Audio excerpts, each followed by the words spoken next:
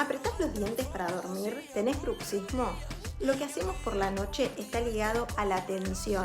Generalmente tiene que ver con miedo, bronca, con una situación que tenemos que enfrentar que nos genera estrés y o ansiedad. Para poder prevenirlo es importante que antes de irte a dormir puedas usar alguna técnica de respiración para relajarte, meditar. Yo recomiendo el canal de YouTube Meditación 3 y además podés reflexionar sobre si hay algo que quieras decir que no estás diciendo. Recordá que expresar tus sentimientos es sano para tu cuerpo.